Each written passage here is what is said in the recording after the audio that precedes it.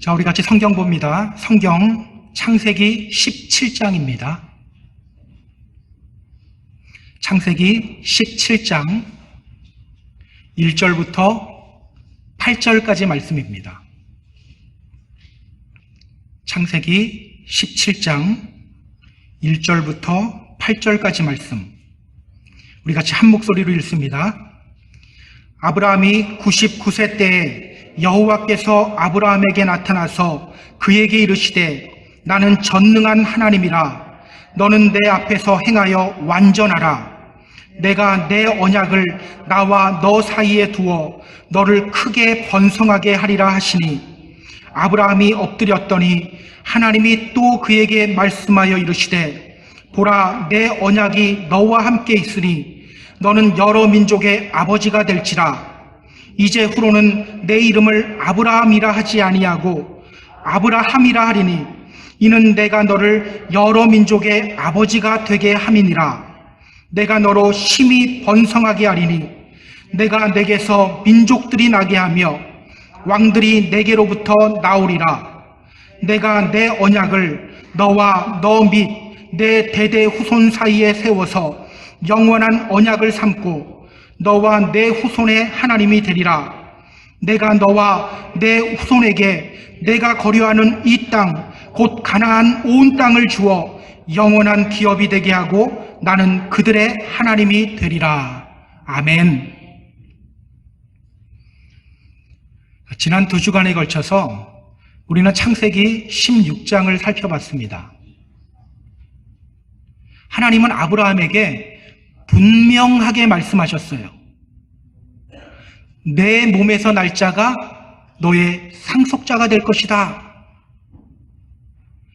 너의 몸에서 날 자가 너의 상속자가 될 것이다. 이 말씀이 무슨 뜻이죠? 여기 나오는 너의 몸, 누구를 가리킵니까? 아브라함만 가리킬까요? 그렇지 않아요. 아브라함과 사례를 가리킵니다. 여러분, 하나님이 아담에게 아내를 주셨을 때 아담이 어떤 고백을 하죠? 이는 내 뼈 중에 뼈요 내 살 중에 살이다. 이는 내 뼈 중에 뼈요 살 중에 살이다. 무슨 말이에요? 너는 나고 나는 너다라는 거예요. 그래서 그 다음 절인 창세기 2장 24절을 보면요, 이렇게 말해요. 이러므로 남자가 부모를 떠나 그의 아내와 합하여 둘이 한 몸을 이룰지로다. 둘이 한 몸을 이룰지로다. 그렇다면 여러분, 남편과 아내는 한 몸이에요? 두 몸이에요? 한 몸이에요. 한 몸. 혹시 부부끼리 예배하고 있는 분이 있으면 눈을 한번 보시면서 우리는 한 몸이야, 한번 그런 눈으로 한번 쳐다보세요. 한 몸입니다. 한 몸. 아브라함의 아내 누구죠? 사레, 하갈이 아니죠. 따라서 너의 몸에서 날 자가 너의 상속자가 되리라. 이 말은요, 아브라함과 사레의 몸을 통해서 하나님이 아들을 주시겠다는 말씀이에요. 그런데 아브라함은 어떻게 했죠? 하나님의 약속을 믿지 못하고 사레의 여종 하갈을 통해 이스마엘을 낳았어요. 끝까지 하나님의 약속을 믿으며 하나님의 때를 기다려야 했는데 기다리지 못하고 남의 몸인 하갈을 통해서 이스마엘을 낳은 거예요. 여러분, 지금까지 하나님이 총 몇 번 아브라함에게 약속하셨죠? 제가 이렇게 답을 알려주고 있습니다. 3번을 약속하셨어요. 3번. 처음 약속은 창세기 12장 2절에 나와요. 자식이 없는 아브라함을 향해 하나님이 말씀하시죠. 내가 너로 큰 민족을 이루겠다. 두 번째 약속은요, 창세기 13장 16절에 나와요. 아브라함이 롯을 떠나보냈을 때 하나님이 그에게 말씀하시죠. 내가 내 자손이 땅에 티끌처럼 많게 하겠다. 세 번째 약속이 창세기 15장 4절 5절에 나옵니다. 웬일인지 아브라함이 삐졌어요. 저 상속자 저의 종 엘리에셀로 삼겠습니다. 그러자 하나님이 말씀하시죠. 그 사람이 너의 상속자가 아니다.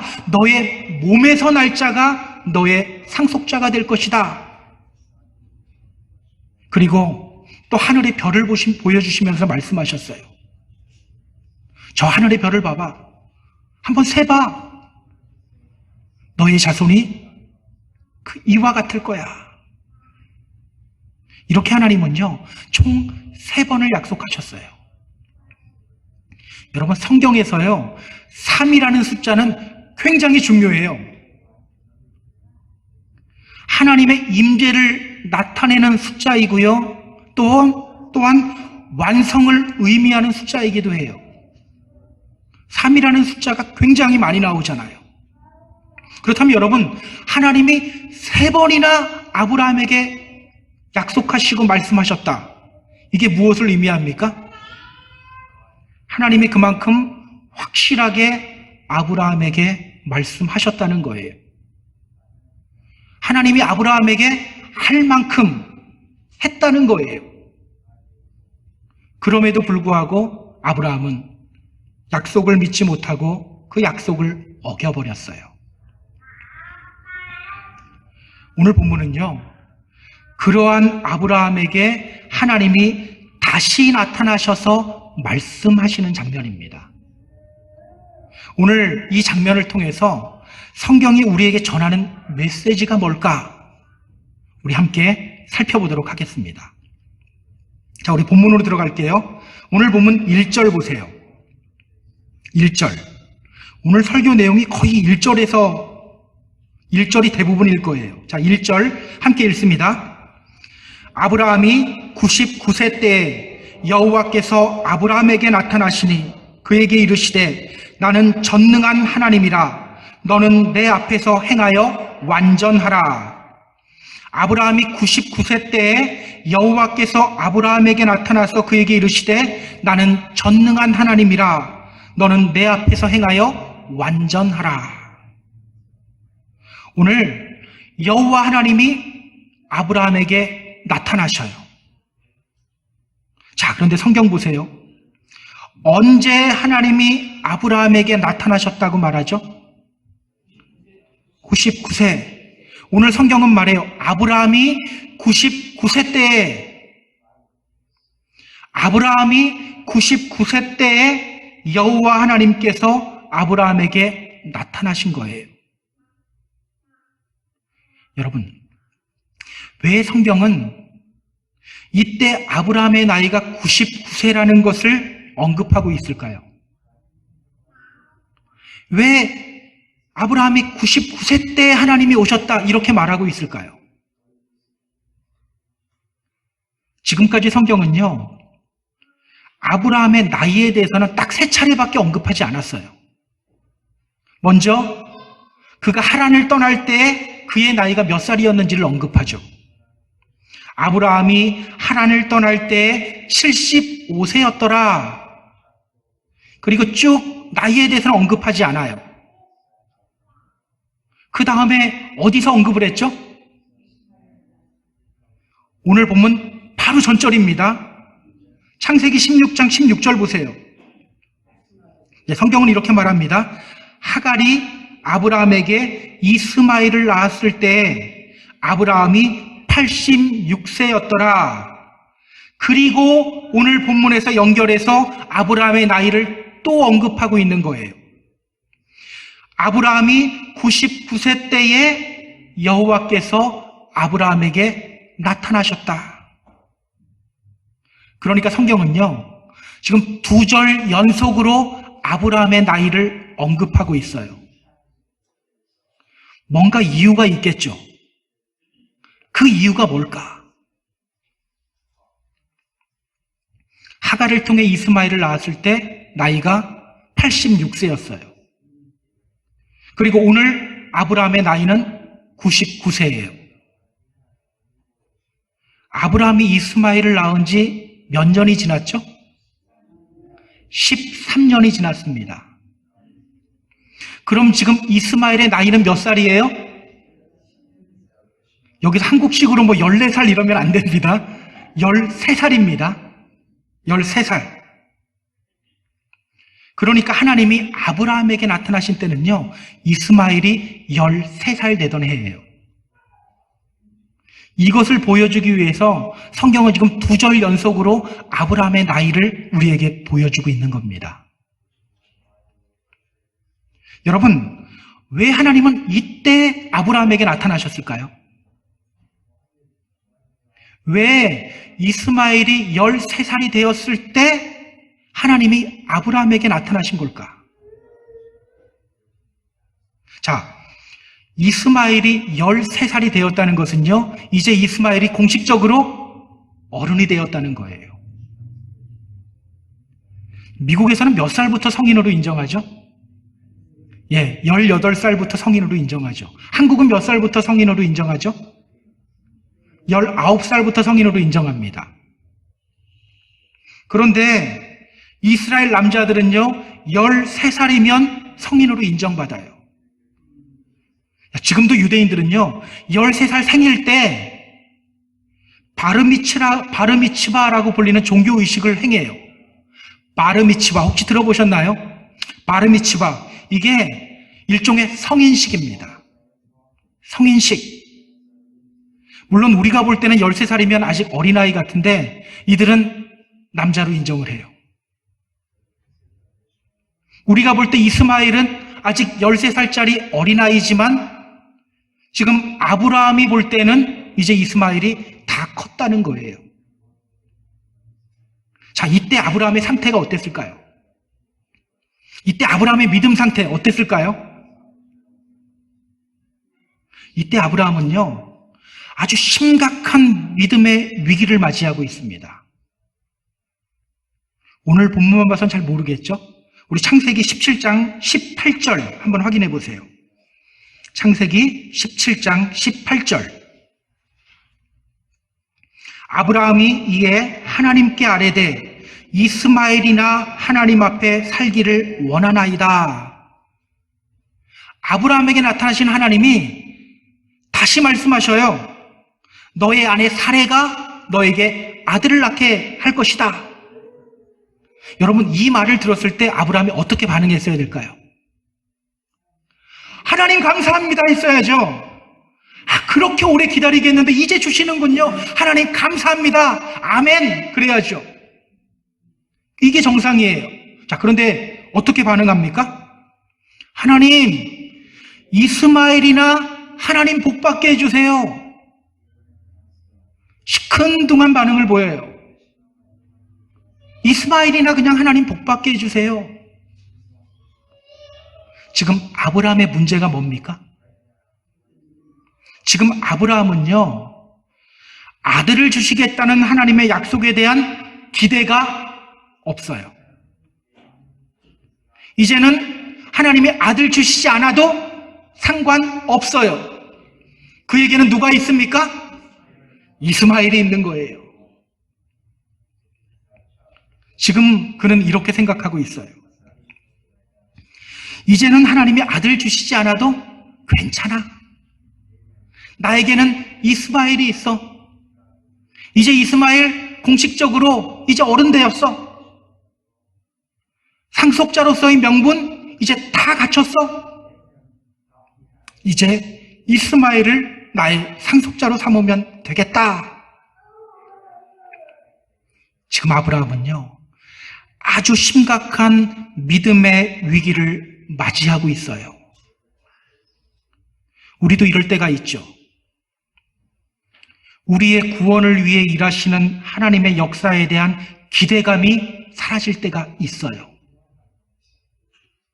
하나님에 대한 갈증 없이 살아갈 때가 있어요. 그러면서도 아무런 문제의식을 느끼지 못할 때가 있어요.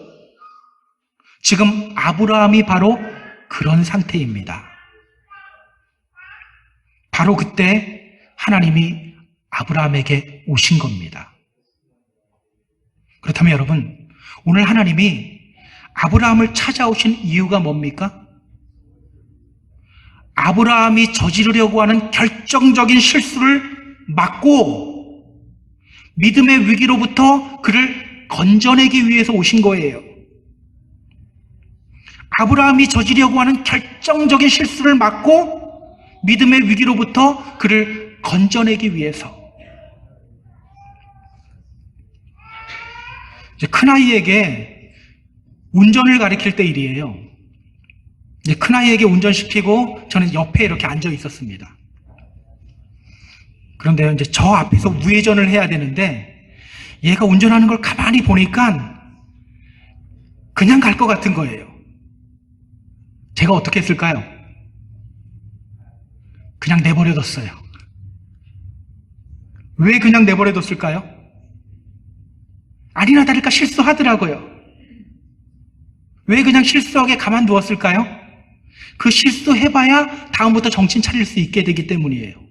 자, 그런데 여러분, 결정적인 순간에는 어떻게 해야 합니까? 막아야 되는 거예요. 같이 고속도로를 달리는데 뒤를 보니까 차 한 대가 막 쏜살같이 막 달려오고 있어요. 근데 만약에 애가 여기서 차선을 바꾸려고 해요. 그럼 아버지로서 어떻게 해야 됩니까? 안 돼! 차선 바꾸면 안 돼! 이렇게 이야기해야 되는 거예요.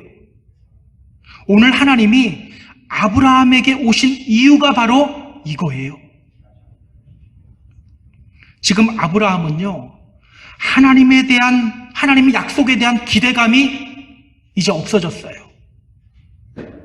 그리고 이스마엘을 자신의 상속자로 삼으려고 하고 있어요. 아주 심각한 위기죠. 하나님의 약속의 말씀을 지금 아브라함이 지금 뒤엎어버리려고 하는 거예요. 그 결정적인 실수를 막기 위해서 아브라함에게 다시 하나님의 약속에 대한 기대감을 주시기 위해서 오늘 하나님이 아브라함에게 오신 거예요. 여러분 기억하세요. 우리 하나님이 바로 이런 분이십니다. 우리 하나님은요, 절대로 우리를 고아와 같이 버려두지 않는 분이십니다. 혹시 오늘 하나님이 나에 대해서는 이상하게 침묵하고 계셔, 이렇게 느끼시고 있는 분 계세요? 하나님이 나의 삶을 외면하고 있는 것 같아, 이렇게 느끼시고 있는 분 있으세요? 여러분 절대 그렇지 않습니다. 조그만한 거는요 넘어가요. 결정적일 때는요 하나님이 역사하기 시작해요. 막을 길도 막기 시작해요. 결정적인 순간에 우리를 위해 일하시는 분이 바로 하나님이십니다. 우리가 실수하고 그 실수로 인해 하나님의 약속을 외면하고 있는 그 순간에도 하나님의 눈은 우리를 보고 있어요. 여러분, 이 사실 잊지 마시기 바랍니다.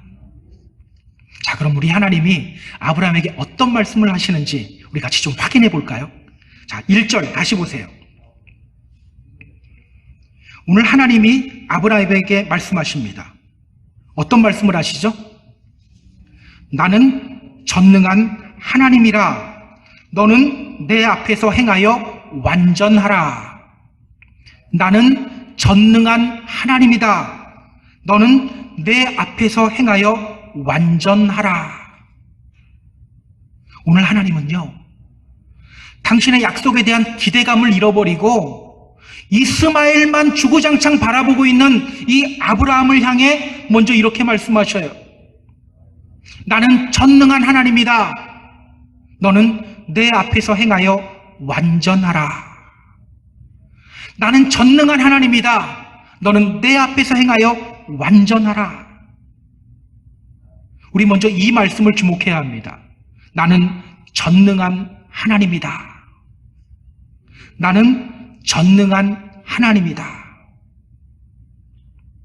오늘 하나님은요, 처음으로 자기 자신을 God Almighty, 전능하신 하나님으로 묘사를 하고 있어요. 전능하신 하나님, 히브리어 성경을 보면요, 이렇게 표현해요. 엘샤다이, 엘샤다이. 엘, 하나님이라는 뜻이고요. 샤다이, 전능하다라는 뜻이에요.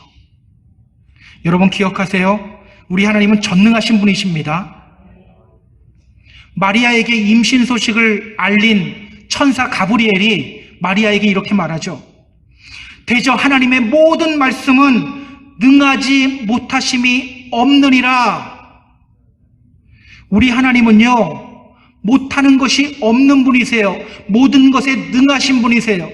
우리 하나님에게는 불가능이 없으십니다. 저는 우리가 정말 하나님의 전능하심을 믿었으면 좋겠어요. 입으로만 믿는 게 아니라 정말 믿었으면 좋겠어요. 자, 그런데 여기서 우리가 좀 생각해 봐야 할 것이 있어요. 하나님은 왜 아브라함에게 나타나셔서 나는 전능하신 하나님이다, 이 말씀을 왜 했을까요? 나는 전능한 하나님이다, 이 말씀을 통해서 하나님이 아브라함에게 하고 싶은 말씀이 뭐였을까요? 나는 전능한 하나님이다. 아브라함 책망하기 위해서일까요? 야, 나 전능한 하나님인데 너 왜 내 약속을 믿지 못하고 하갈을 통해 아기를 낳았니? 나 전능한 하나님이라니까? 왜 내 약속 믿지 못했니? 이러기 위해서 이 말씀하시는 걸까요? 언뜻 보면 그렇게 보여요. 근데 그렇지가 않아요. 오늘 하나님은요, 아브라함을 위로하고 격려하며 다시 하나님을 바라보는 믿음의 사람으로 만들기 위해서 지금 하나님이 말씀하시는 거예요. 나는 전능한 하나님이다. 아브라함을 다시 일으키기 위해서예요. 하나님의 약속에 기대감을 가지는 그런 아브라함으로 다시 세우시기 위해서예요. 전능하신 하나님, 엘샤다이, 이 말에는요, 엄청나게 깊은 뜻이 숨어 있어요. 여러분, 샤다이, 전능하다, 이 단어가 남성적인 단어 같으세요? 여성적인 단어 같습니까? 우리가 볼 때는 남성적인 단어처럼 보여요. 그런데 그렇지 않아요. 여성적 단어입니다. 페미닌 워드예요. 샤다이, 이 말의 어원이 샤드라는 말인데요. 이 샤드는 뭐냐면 브레스트, 가슴이라는 뜻이에요. 여자의 가슴을 의미해요. 그렇다면 여러분, 엘샤다이, 이 말을 통해 우리가 그려야 할 하나님, 어떤 하나님의 모습을 그려야 될까요? 아기에게 젖을 물리고 있는 엄마와 우리가 그 이미지를 그려야 돼요. 엄마가 젖먹이 아이에게 젖을 물리듯이 하나님이 우리에게 젖을 물리고 있는 그 그림이 그려져야 돼요. 엄마가 아기에게 젖을 물릴 때 어떻게 물립니까? 미워하는 눈이 한가득해서 막 물리나요? 아니죠. 아기를 품에 꼭 안고 눈 마주치면서 사랑스러운 눈으로 아기를 바라보면서 그렇게 젖을 먹이죠. 엘샤다이, 바로 그러한 하나님을 의미해요. 그렇다면 여러분, 오늘 하나님이 아브라함에게 오셔서 나는 전능한 하나님이다 말씀하신 이유가 뭡니까?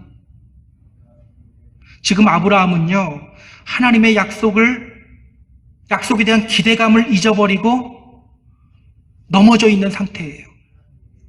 하나님은 그렇게 넘어진 아브라함을 포기하지 않고 다시 품에 안으시는 거예요. 3번이나 약속했지만 약속을 저버린 그 아브라함을 다시 안으시는 거예요. 걱정하지 마. 다시 내 품에 안기면 돼. 이리 와. 내가 다시 안아줄게. 여러분, 이게 바로 전능하신 하나님이에요. 자, 그럼 우리 이 전능하신 하나님이 아브라함에게 어떤 말씀을 하시는지 우리 좀 확인해 보죠. 1절 다시 한번 보세요. 자, 1절. 나는 전능한 하나님이라 이 말씀하신 후에 하나님이 계속해서 말씀하십니다. 어떤 말씀하시죠? 너는 내 앞에서 행하여 완전하라.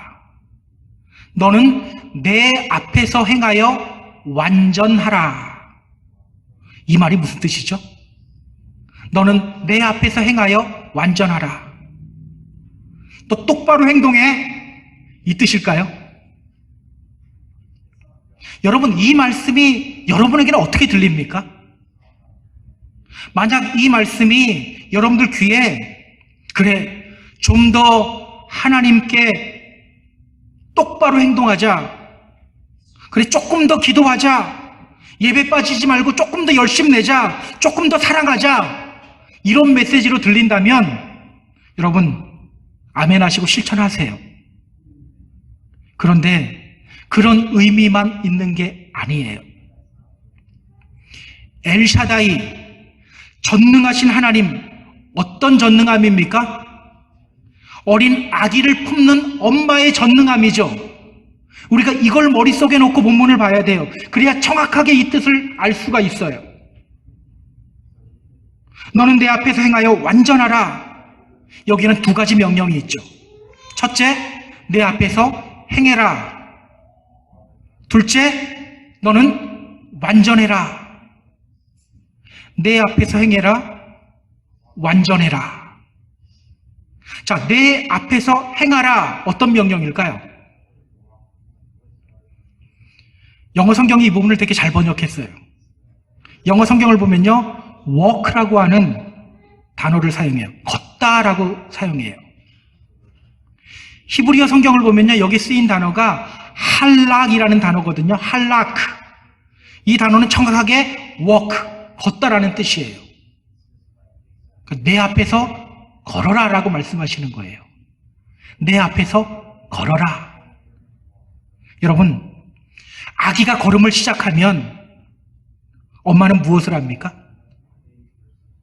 걷다 넘어지든 말든 뭐 언젠가는 걷겠지 이러고 있나요? 아니죠. 한박 웃음을 띠고서 아기를 향해 두 팔을 벌리고 있어요.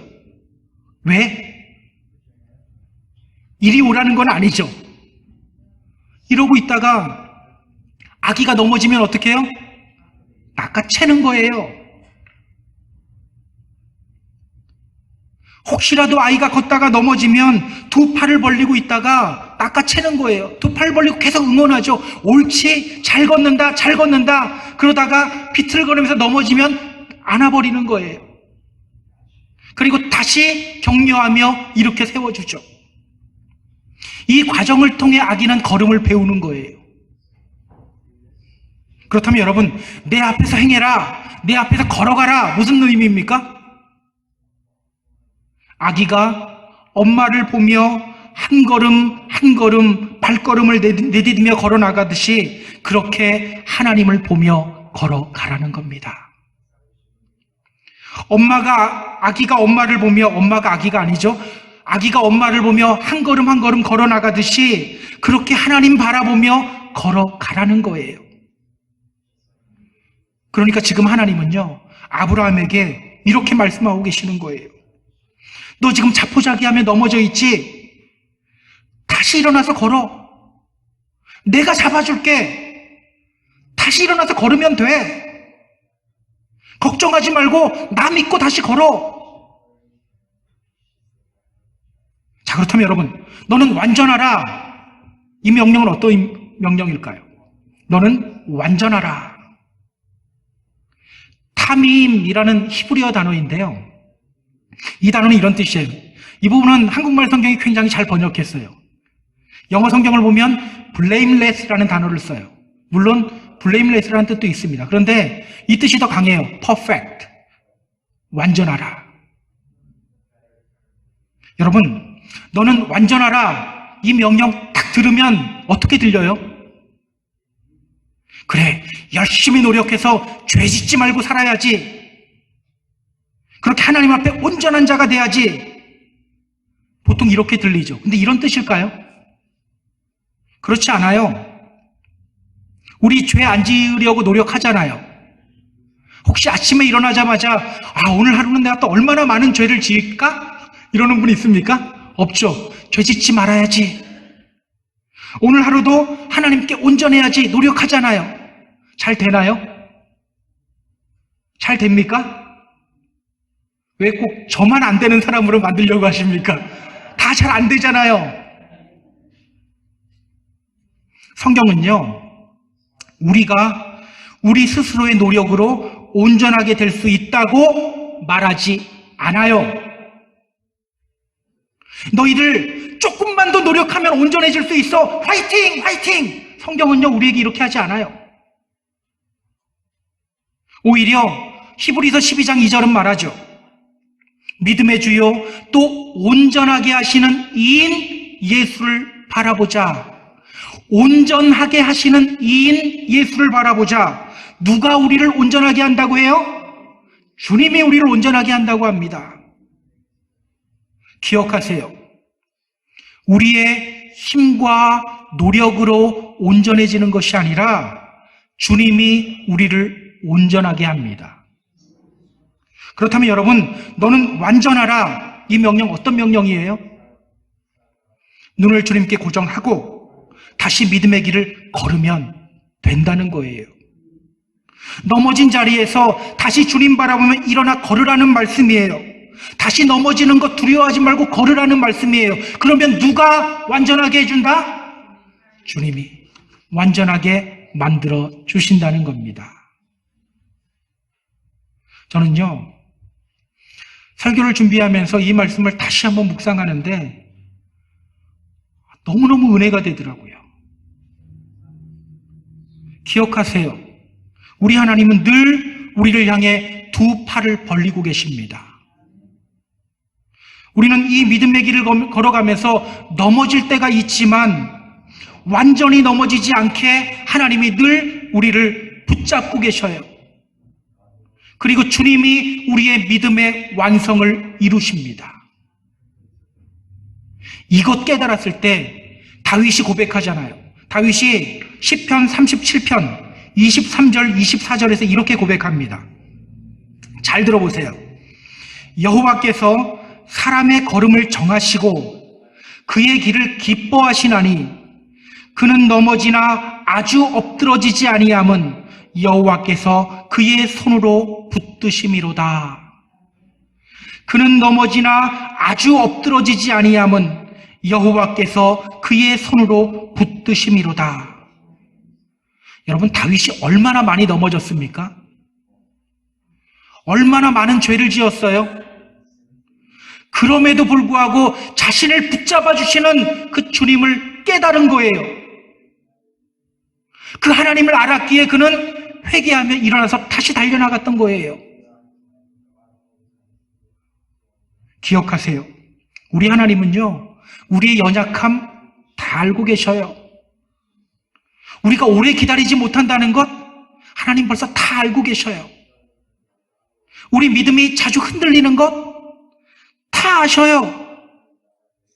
그럼에도 불구하고 거듭 찾아오셔서 우리를 안으시며 다시 믿음의 길을 걸어갈 수 있도록 격려해 주시는 분이 바로 우리 하나님입니다.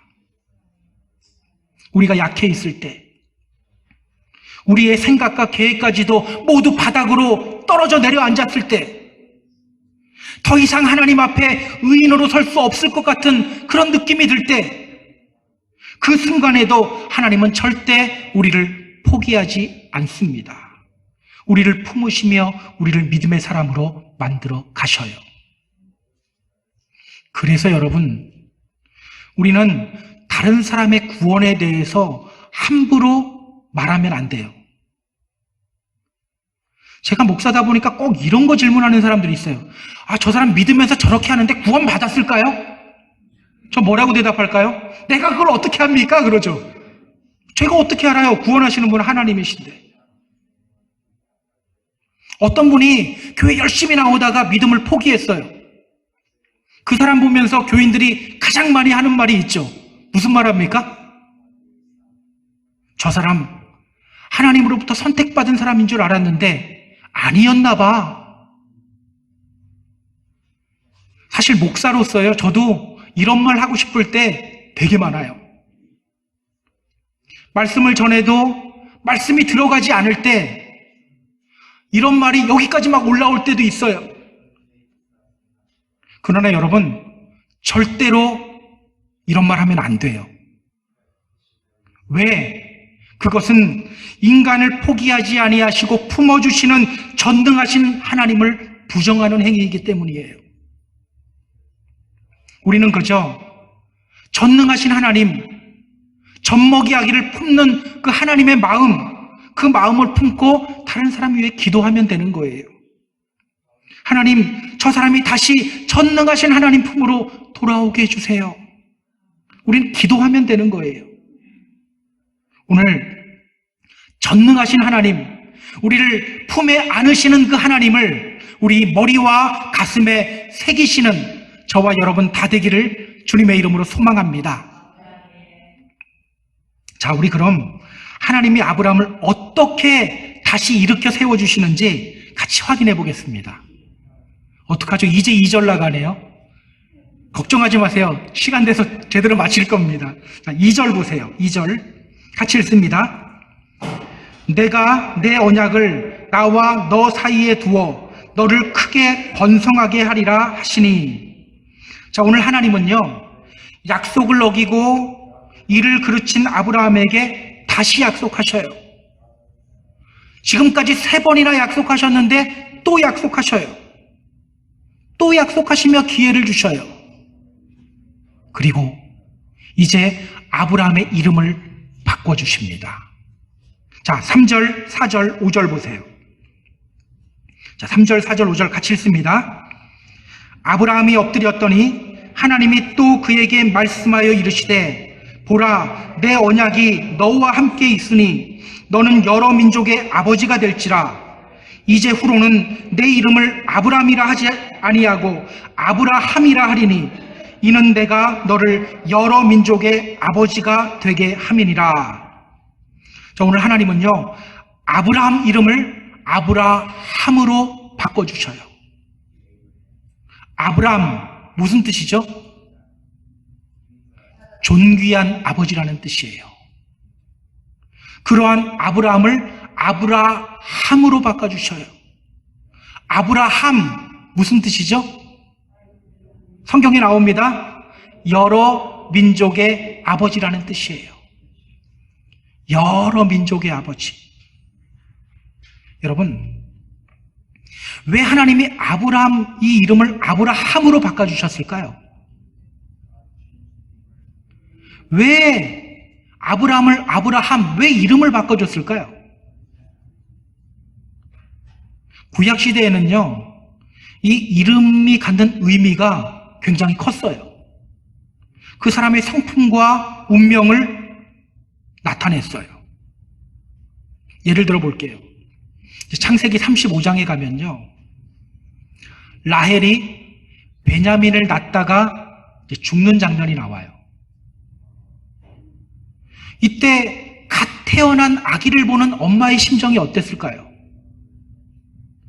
아, 이 아기가 엄마 첫 한 번 제대로 물어보지 못하고 물어보지 못하겠구나. 엄마 사랑 한 번 제대로 받아보지 못하겠구나. 너무 아기를 보면 그냥 너무 안타깝고 슬펐을 거예요. 그때 그녀는요, 아기의 이름을 이렇게 지어요. 베노니. 베노니, 슬픔의 아들이라는 뜻이에요. 슬픔의 아들. 그런데 그때 야곱이 어떻게 합니까? 아니다. 베노니가 아니다. 베냐민이다. 베냐민, 오른손의 아들이라는 뜻입니다. 오른손의 아들. 성경에서 오른손은요, 능력과 힘을 상징하죠. 베냐민은요, 이 말대로 힘이 강한 족속이 돼요. 사사기에 보면요, 이런 장면이 나옵니다. 베냐민 지파 한 지파와 나머지 이스라엘 11지파 간의 전쟁이 일어나요. 베냐민 지파는 26,000명, 다른 이스라엘 모든 지파는 40만 명이 모여요. 상대가 되는 싸움이 아니죠. 그런데요, 다른 이스라엘 지파들이 베냐민 지파 하나를 잘 이기지를 못해요. 첫 번째 전쟁에서 지고, 두 번째 전쟁에서 지고, 세 번째 전쟁에서 겨우 승리를 해요. 이렇게 베냐민은요, 그 이름 그대로 힘과 능력의 상징이 되는 거예요. 자, 그렇다면 여러분, 하나님이 아브라함 이름을 아브라함으로 바꾼 이유가 뭡니까? 지금 그의 속성을 바꿔버리는 거예요. 그의 속성을 바꿔버려요. 히브리어에서 우리가 말하는 히읗 발음, H자가 들어가잖아요. 그러면 신성을 가리켜요. 하나님을 뜻하는 엘로힘, 여호와를 뜻하는 야훼, 다 H가 다 들어가요. 오늘 하나님은요, 아브라함을 아브라함으로 바꿈으로 말미암아서 그의 인생을 하나님이 붙잡고 가는 인생으로, 속성으로 변화시켜 버리는 거예요. 기억하세요. 우리가 주님을 믿는 순간 우리는 더 이상 옛사람이 아닌 거예요.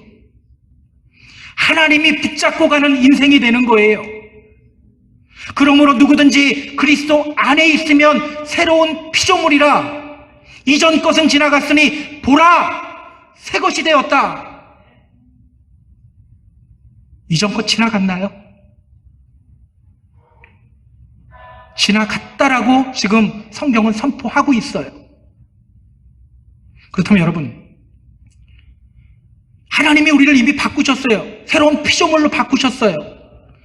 그러면 우리 인생이 하나님께 붙들린 새로운 인생이 되기 위해서 우리에게 필요한 게 뭘까요? 우리 인생이 하나님께 붙들린 새로운 피조물이 되기 위해서 오늘 우리에게 필요한 거, 이게 뭘까? 자, 우리 마지막으로 6절, 7절, 8절 보시겠습니다. 6절, 7절, 8절 같이 읽습니다. 내가 너로 심히 번성하게 하리니 내가 내게서 민족들이 나게 하며 왕들이 내게로부터 나오리라. 내가 내 언약을 나와 너 및 내 대대 후손 사이에 세워서 영원한 언약을 삼고 너와 내 후손의 하나님이 되리라. 내가 너와 내 후손에게 내가 거류하는 이 땅 곧 가나안 온 땅을 주어 영원한 기업이 되게 하고 나는 그들의 하나님이 되리라. 자, 여러분, 이 말씀에서 하나님이 강조하고 있는 게 뭘까요? 언뜻 보면 하나님이 다시 약속하시는 것 같아요. 근데 이 다시 약속하시는 그림으로 오는데 하나님이 강조하시는 말씀이 있어요. 뭘까요? 오늘 하나님은요, 나를 강조하세요. 내가 너로 심히 번성하게 하겠다. 내가 내게서 여러 민족이 나오게 하겠다. 내가 내 언약을 너와 너 후손들에게 세우겠다. 누가 하겠다고요? 내가 하겠다. 내가 하겠다. 내가 하겠다. 계속 이걸 강조하세요. 계속해서 하나님 자신을 강조하고 계셔요. 그렇다면 여러분, 우리가 하나님께 붙들린 새로운 인생 살아가기 위해서 우리에게 필요한 게 무엇입니까? 내 안에서 역사하시는 하나님을 주목해야 하는 겁니다. 하나님이 지금 이 시간에도 나를 위해서 일하시고 계신다는 사실을 잊지 말아야 합니다. 내가 일하지 말고 하나님의 일하심에 나를 맡겨야 돼요. 기억하세요. 우리 믿음은요, 우리가 바라보는 하나님의 크기에 따라 성장하게 되어 있어요. 내 안에 하나님이 얼마나 크게 자리를 잡고 있는지 그것에 따라 우리 믿음이 더 성장하게 되어 있는 거예요. 때문에 오늘 우리에게 필요한 것은요, 하나님 바라보면서 하나님이 일하시고 계심을 느끼는 거예요. 내가 주님께 잘해야지, 이 마음도 솔직히 소중한 마음이에요. 근데 더 중요한 건 뭐냐면요, 내가 하나님께 잘해야지 그러다가 내 생각으로 일한다니까요. 하나님의 일하심을 우리가 경험하고 하나님이 나를 위해 일하신다는 걸 깨닫고 있으면요, 우리는 하나님의 음성에 귀를 기울이게 돼요. 내 생각으로 열심 내는 게 아니라 하나님이 주신 마음으로 열심 내게 되는 거예요. 우리 이런 믿음 생활을 하는 저와 여러분 다 되었으면 좋겠습니다. 자, 이제 말씀을 정리할게요. 우리 사랑하는 펜사콜라 한인교회 성도 여러분, 혹시 믿음의 길에서 넘어져 있는 분들 있나요? 우리를 구원해 주시겠다는 그 하나님의 약속에 대한 기대감이 많이 사라져 있는 분 있나요?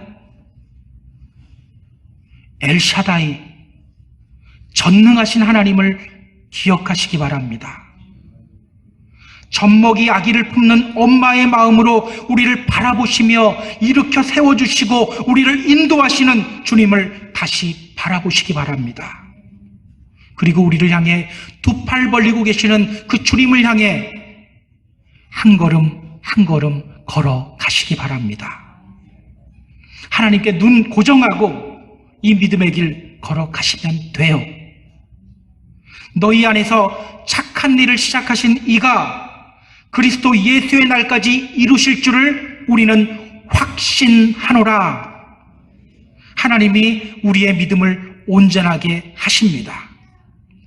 그렇게 이번 한 주간도 믿음으로 승리하는 저와 여러분 다 되기를 주님의 이름으로 축복합니다. 축복합니다.